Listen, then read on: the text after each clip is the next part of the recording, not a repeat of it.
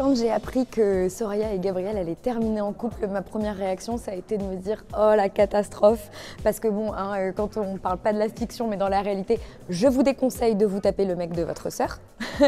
Bonjour, c'est Kenza et je suis avec Télé 7 jours à Sérimania et je suis hyper heureuse de répondre à des questions. Oh, s'il te plaît, je m'en veux tellement. De quoi?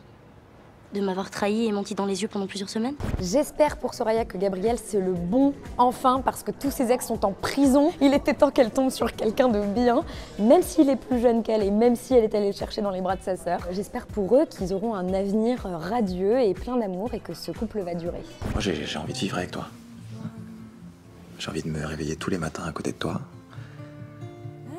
Et tu me manques beaucoup trop quand t'es pas là. Quand j'ai appris que Soraya et Gabriel allaient terminer en couple, ma première réaction, ça a été de me dire « Oh, la catastrophe !»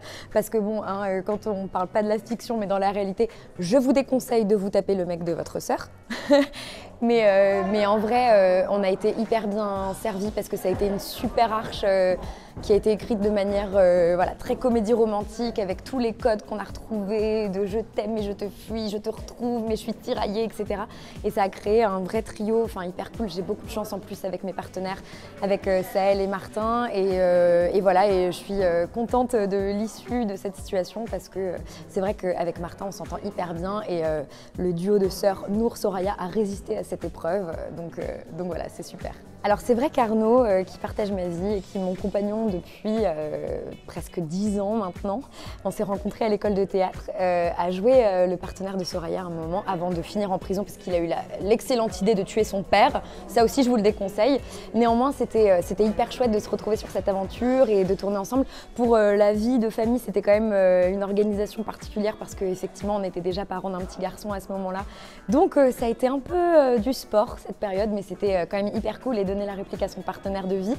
On avait l'habitude, on s'est rencontrés à l'école de théâtre et c'est comme ça qu'on est tombés amoureux l'un de l'autre en jouant ensemble, donc c'était super de le retrouver ces quelques mois sur la série.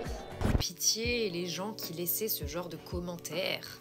Prenez des bonnes résolutions en 2025 et arrêtez de poser cette question aux gens. C'est vrai que j'ai déjà poussé des coups de gueule au nom de toutes les femmes d'ailleurs sur les réseaux sociaux quand on me demande régulièrement parce que j'ai pris du poids ou parce que mon accoutrement fait apparaître un peu de ventre, un peu voilà, de rondeur. Je trouve qu'en 2025 il est temps d'arrêter de poser ces questions aux femmes, non seulement parce qu'on ne sait pas ce qu'elles traversent personnellement, si c'est des femmes qui sont en train d'essayer de procréer, qui ont des difficultés à faire ou ou s'il y a un désaccord au sein du couple, etc. et pour qui ça représente voilà, une question qui touche profondément un truc intime et aussi parce que je trouve que c'est compliqué de renvoyer les femmes sans arrêt à ce qu'elles représentent physiquement et qu'en fait le corps de la femme, il est temps de l'intégrer en 2025, c'est loin de tout ce qu'on nous montre dans la presse et même sur les réseaux sociaux, etc.